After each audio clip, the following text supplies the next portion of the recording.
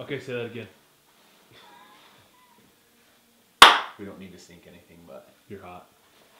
alright guys, we did a Instagram post a few weeks ago, and I showed a video clip of Keith shooting, John was on a gun, and I was filming above a river, and we made about a 200-yard shot, 150-yard shot on a coyote, and I did a poll is what I did. I asked guys what they wanted to see regarding informational videos on a set such as I posted.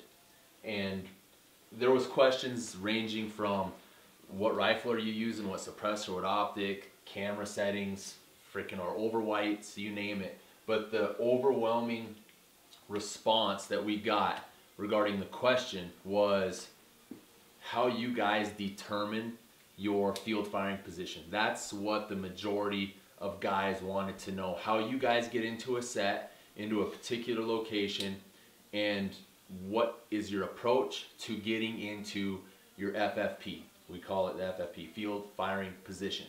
So what we did was we sketched it up here on a whiteboard. It's nothing crazy. I don't really want to post a topo map. This is a little bit easier to kind of see. The blue is a river. We've got the orange is the elevation. Kind of gives you guys a rough idea of how the elevation is. 2,800 feet, about 50 yards off the river, I would say. As you get further away from the river, the elevation increases dramatically, and you'll see it up here in the corner. We've got a couple of points that are 3,000 feet. So it goes from about 2,600 to 3,000 in a matter of, what would you say, 100 yards, if even that? If that. So it's almost straight up and down, a really steep incline. We've got some green trees here, just representing the area that we hunted. These are pretty low. It's kind of a flat, actually, down along the river. And over here as well, so you guys can kind of get an idea of what we got for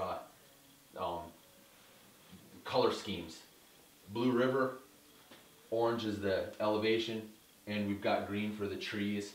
Of course, the trees weren't green at the time, but that way you guys get an idea of what the layout is.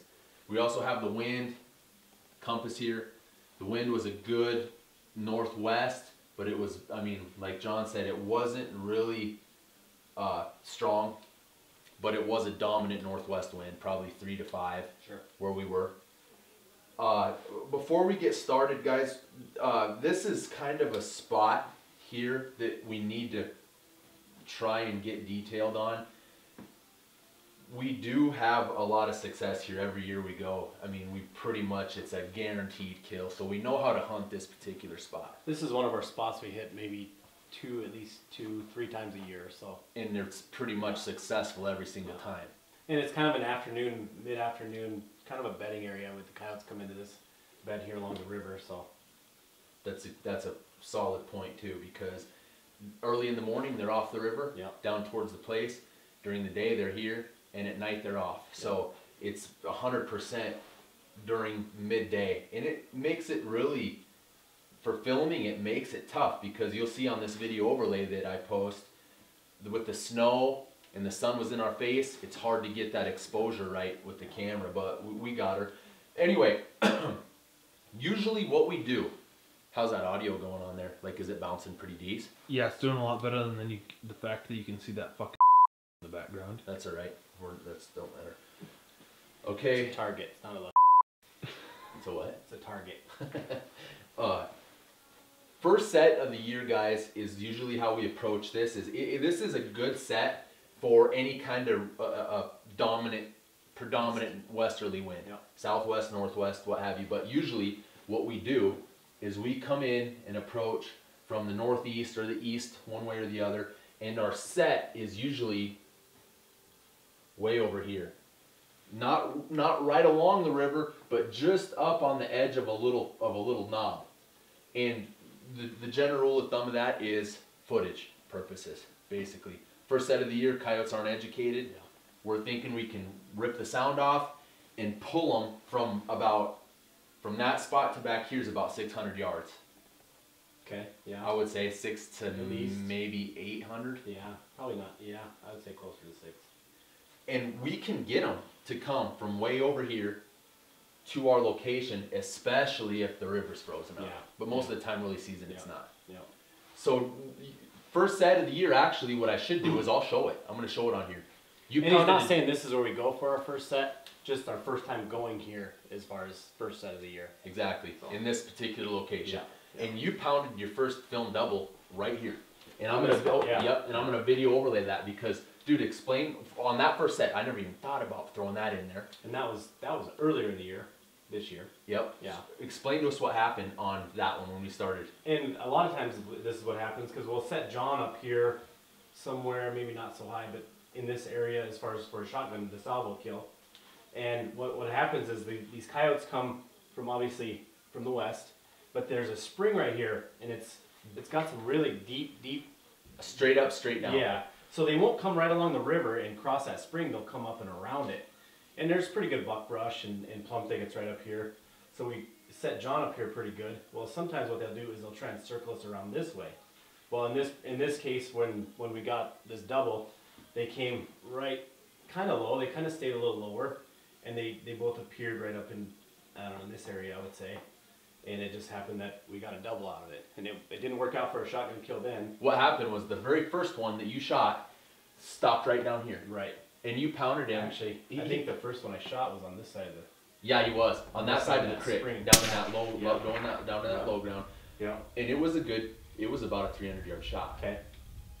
And then we sat there and we were chilling, and the Yeah, second one yeah. popped up right in front of John, Yeah. right here, Yeah. Yeah. on a little knob, and he circled way back around this high elevation, Yeah. right? Yeah. And was Ended up way shooting back him back here. In at this about area. 300 yards too. Yeah.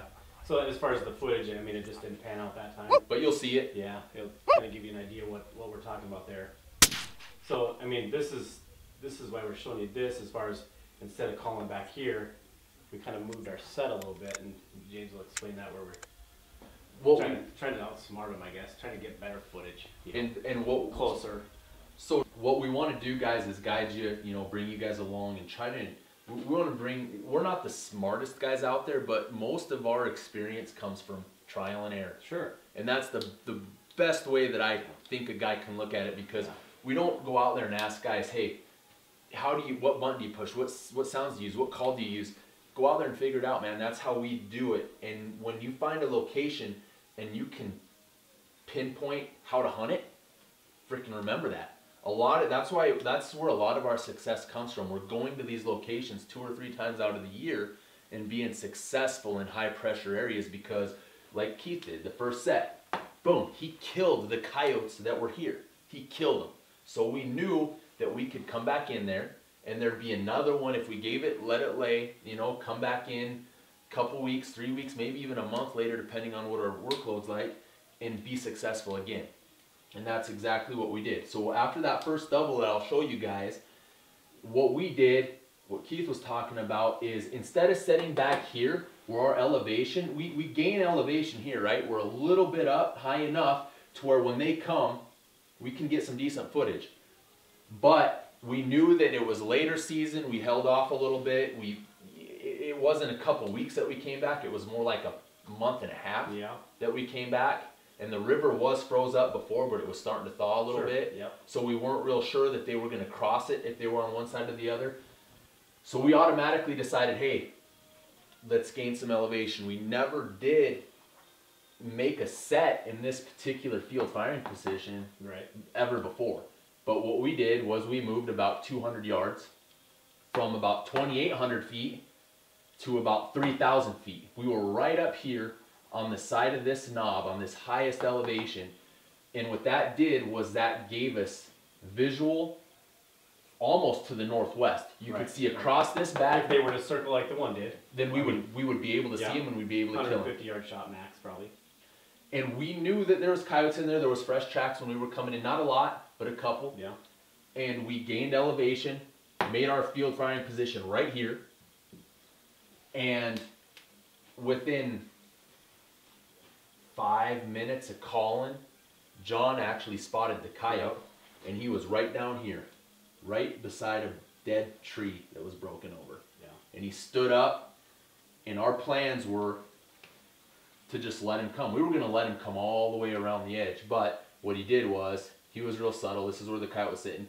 He just meandered right kind of along the river, and he ended up sitting about right here. And he wasn't going to commit any further. We sat there and messed with him a little bit, and he knew he wasn't going to. We knew. Yeah.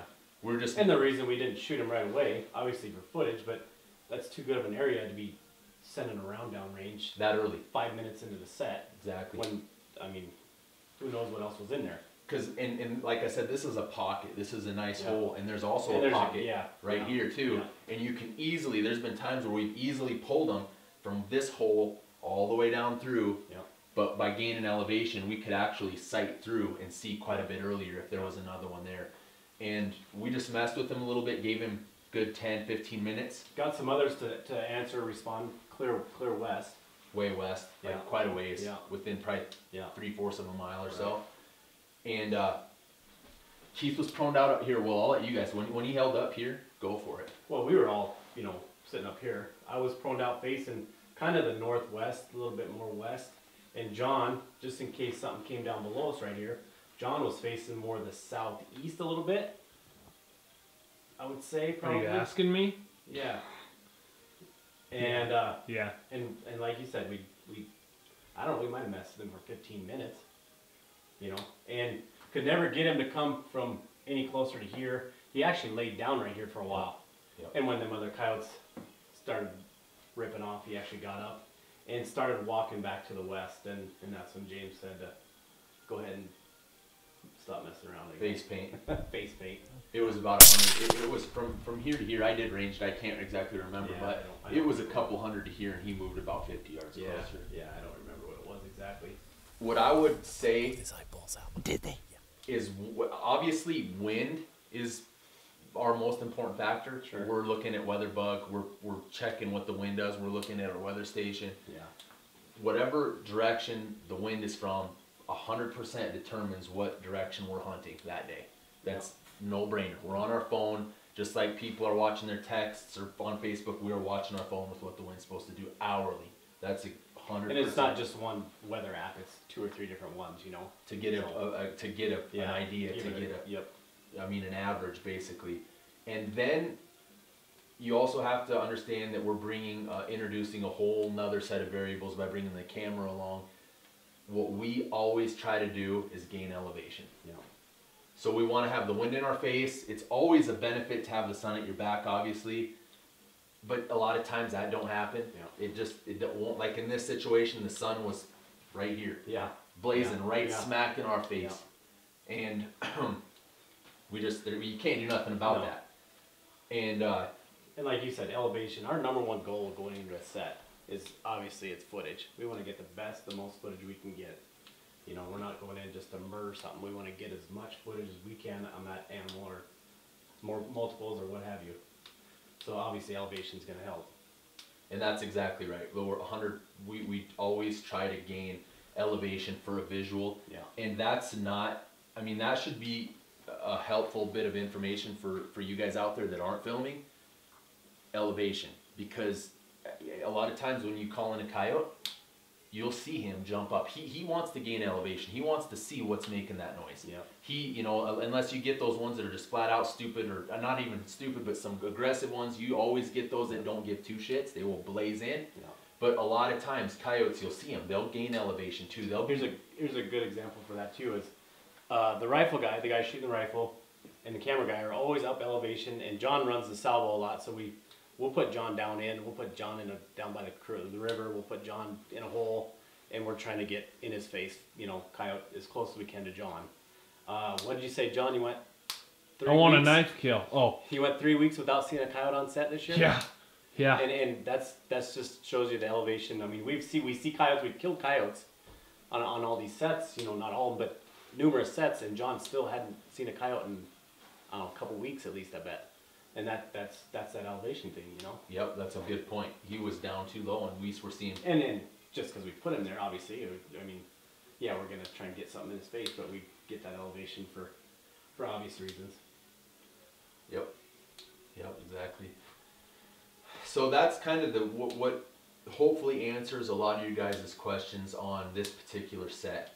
And we're recording in 4K. The kill shot was in 4K. I'm gonna upload it in 4K, and hopefully you guys are enjoying what we're doing. Our goal has been to, I mean, guys, what we do is we kill coyotes. That's exactly what we do, and it's not just for sport. It's not just for fun. You know, it's not just for trophies. It's truly is our lifestyle. It goes hand in hand with what we do every single day, and it's hard for a lot of people to understand that or to believe it. But what we want to do is take the information that we gain every single day, not just from being successful, but from our failures, and learn from it and teach you. And yeah, not everybody gets to go out every day and fail, right? Exactly. They don't. A lot of guys just get to go on the Yeah. weekend and they get their rear end kicked, and then what do? Like, dude, what did I do?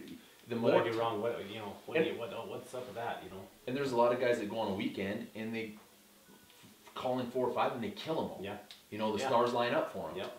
And they learn. Yeah, we go on dry runs. I mean, we get. Hey, tell them we went down, took all those. We took the last 40 coyotes down to Valentine, to the Skinner. Yeah. And the kid was like, "Man, you guys are killing coyotes all the time. You're seeing what we film. You're seeing the peak, the highlights of our work." Yeah. And Keith goes, "Dude, tell him." I don't even know what I said. You said, well, dude, there's a time where we go a solid week without killing a coyote, which for daytime footage on camera, is true. Not saying we couldn't have killed a coyote. It's just We'll let some pass. I mean, it's tough with a camera, you know. Yeah. When we're killing coyotes, it's gonna be on film. I mean, like you said, you got 8 years of footage on your computer that nobody's ever seen, you know. It's if something dies, it's gonna be on film, you know. You have one coming. Footage. You have one coming in at 300 yards and it goes behind a hill. Yeah. You could have shot it, but you want him to come in for the footage. Yeah. And then you might never see him again. We're just, but what? I think I missed 3 days or 4 days of calling since the 1st of December, and it's what? Then near April. Yeah. And the thing that really upsets the balance with what we do and being successful is the night game, and we will get into that. That increases our kill ratio freaking beyond what you could even imagine with what we're doing. And the daytime stuff is almost truthfully a hobby now. It's turning into, hey, let's go try and get the best daytime footage we can and upload the best footage. We'll just let all these singles or doubles that are junk go, which is why we're going to do this. Use the daytime to find out where they're at to kill them at night. Yeah, and you know, there's times where we go in the daytime and we'll kill one and 3 or 4 come in and we'll hear them, you know, and they won't respond. And we'll come in at night and flat out murder. Yeah. So there's a lot of different aspects, and there's so many different things that we do, and it's not to deter you guys. It's just, hey, there's so many things that we do that they may be out of the reach for some guys regarding price points, you know, and that isn't meant to be a turnoff.